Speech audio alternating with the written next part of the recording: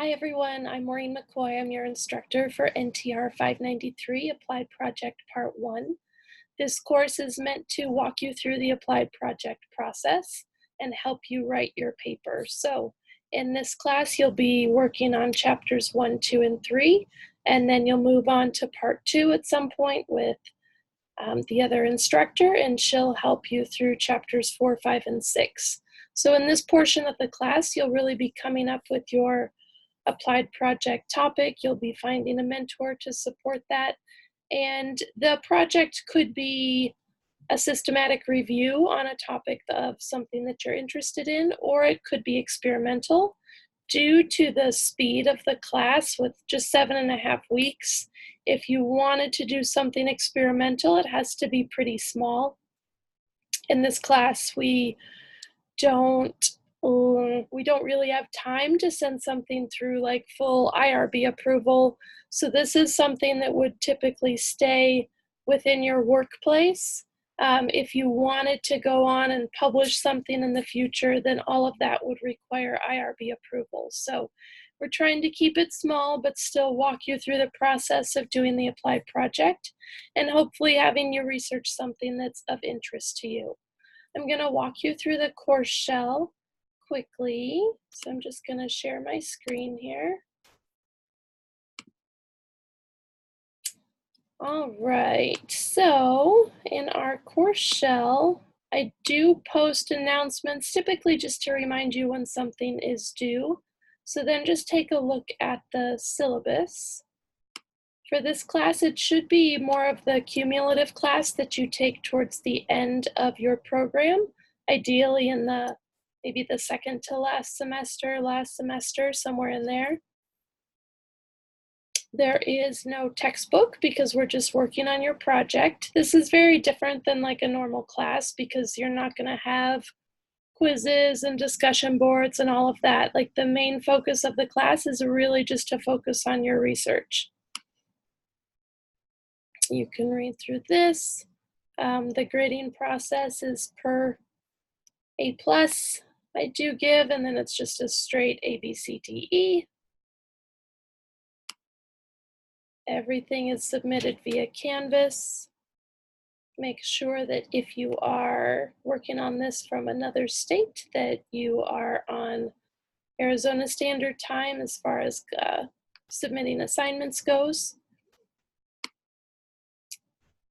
Just talk to me if there's something that's going on in terms of, I know life gets in the way sometimes, so if there's something that's happening, please just email me and let me know, and then we can talk about due dates and all that sort of thing.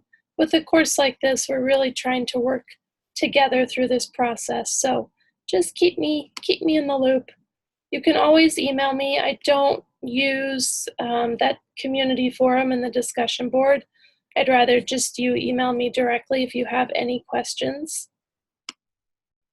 And then you can see all of our assignments down here, but we're actually going to look at the modules and the course schedule. So I'll have office hours via Zoom, so you can always hop on that if you have any questions.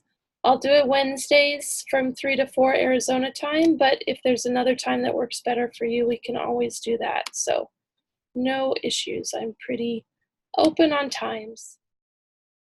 We will use VoiceThread in this course. I know you've probably used it in your other master's courses, hopefully, but we will use it for just one of our assignments.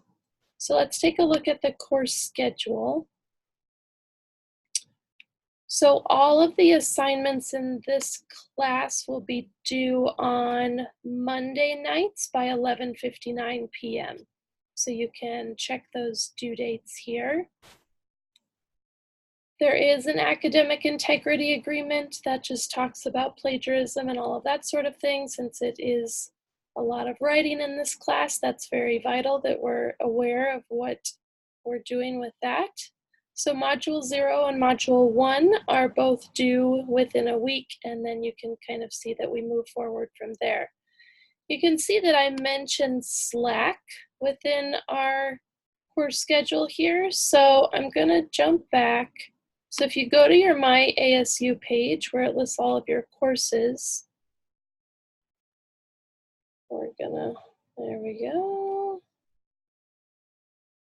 Slowly thinking. Goodness. All right. So then when you click on our class, you'll see that the Canvas shell comes up first, but then there's this Slack classroom workspace here. So if you click on that, it'll take you to our Slack channel. So Slack is something new that ASU is doing. I don't know if you've used it in other classes yet. I'm still getting used to it as well, so we'll kind of be figuring it out together. But it's just a way for us to kind of keep all of our conversations about your applied project in a centralized location. And then the instructor for part 2 of the course is also going to be involved in our initial discussions when you're deciding on your project, because she is our local stats expert, so she can really make sure that the question really makes sense, and then we can both work on that together. So you should all have access to this since it's part of our course, and we'll kind of figure it out as we go, but I thought it would be a nice way to kind of centralize everything outside of using email. So again, all of our conversations about your project will be in there, ideally. We'll see how it goes. Work in progress. I'm flexible. Okay, so let's go back to the modules. I have opened up all of the modules because I would like you to be able to work at your own pace if you have stuff going on, if you know that you're traveling, or if you know that you have a work project coming up and you want to work ahead, that's totally fine. So right now the entire semester is open for you to look at and enjoy. But each week, basically, you'll have a chapter due or a voice thread due. So you can see module 1, it's really just you deciding on a project and a mentor. Then you're developing your research question in module 2. In module 3, you're writing your introduction, and that's finishing your introduction, so you're finishing at that point. Module 4, you're going to do a voice thread proposal, and then I'll give you comments on every chapter. Typically, you can do it in either Microsoft Word or in a Google Doc.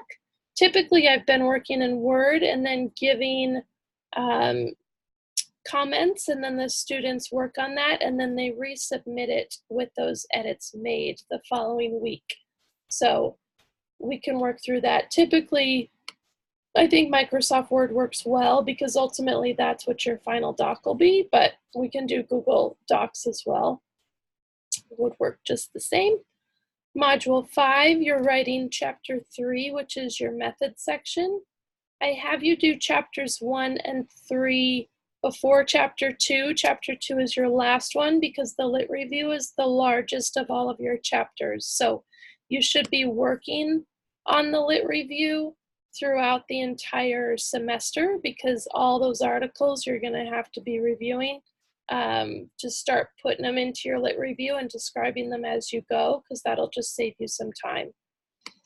So there's a few different notes in here because if you do a systematic review, your literature review is going to look different than it will if you're doing like an experimental type study or observational or cohort, anything like that. It'll just be a little bit different. So we'll talk about that as we go, but definitely look through the modules, look through the course schedule, jot things down, but again, everything will be due every Monday night by 11:59. So I always try to play with the grad schedule a little bit because I'm not sure if it's easier for you to maybe work on it over the weekend and then turn it in.